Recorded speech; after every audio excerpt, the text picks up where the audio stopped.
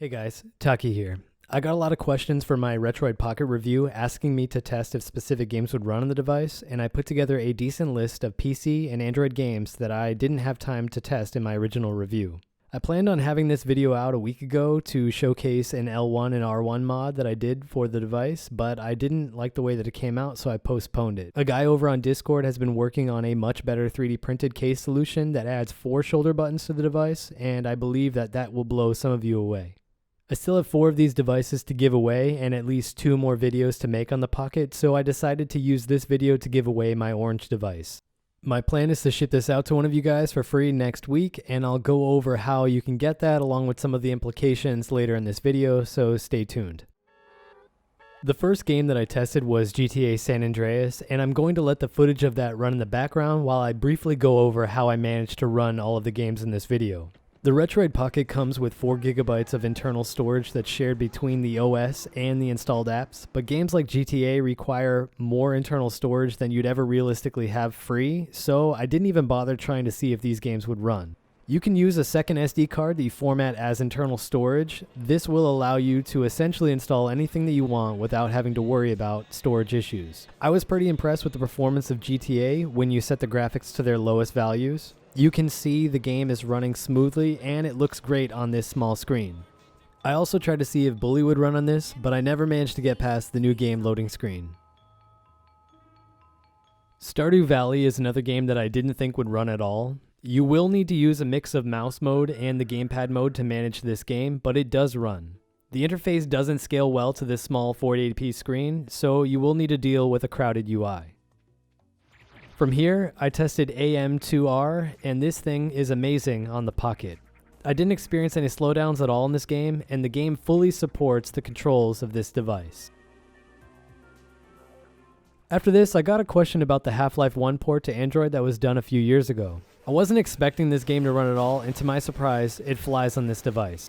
You will need to get creative with your button mapping to play this until you find something that works for you, unless you're using your Pocket with a Bluetooth controller and HDMI. Based on the in-game counter, I never saw the game dip below 60 FPS, even in busy scenes, and I was able to find a movement solution that worked well enough for me to progress through the game.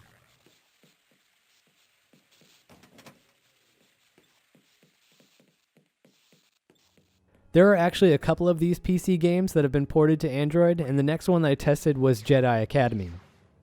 Academy runs a little under 60 FPS when you're in bigger areas, but this is also doable on the Pocket, and it looks amazing on this small screen.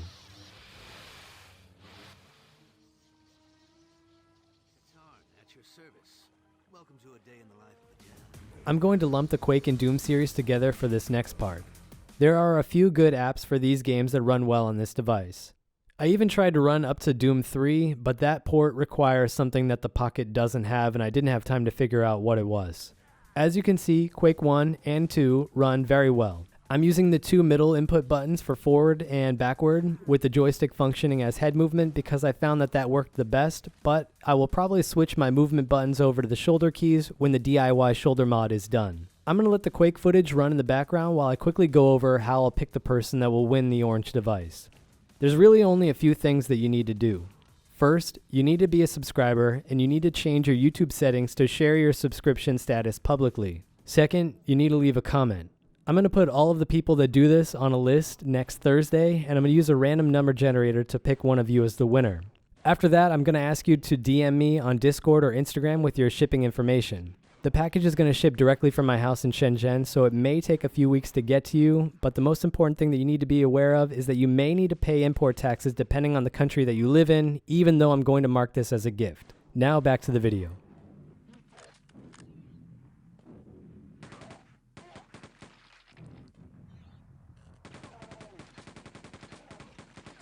After getting this list to play, I went down a rabbit hole to see if I could get the Warcraft and StarCraft games to run.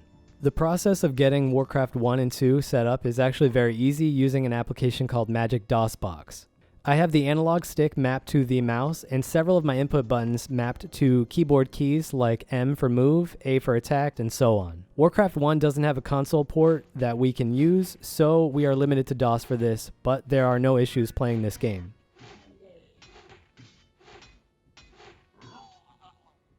Even though there's a decent port of Warcraft 2, I still wanted to check if this would run well. I tested a few other popular DOS games like Command & Conquer and Diablo, but those games have console ports, so there's really no reason to go through this work except to show that it does work.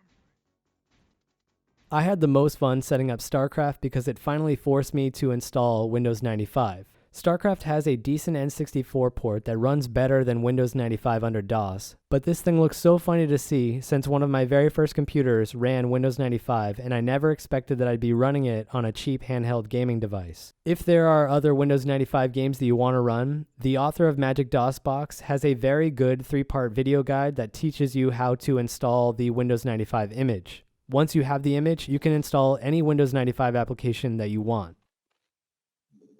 Anyways, that's it for the Android and PC gaming showcase. I still have to make my getting started video and that shoulder mod video, and I will hopefully be getting that back from the printer within the next day or two. Stay safe out there wherever you are. I'll catch you here next time. Taki out.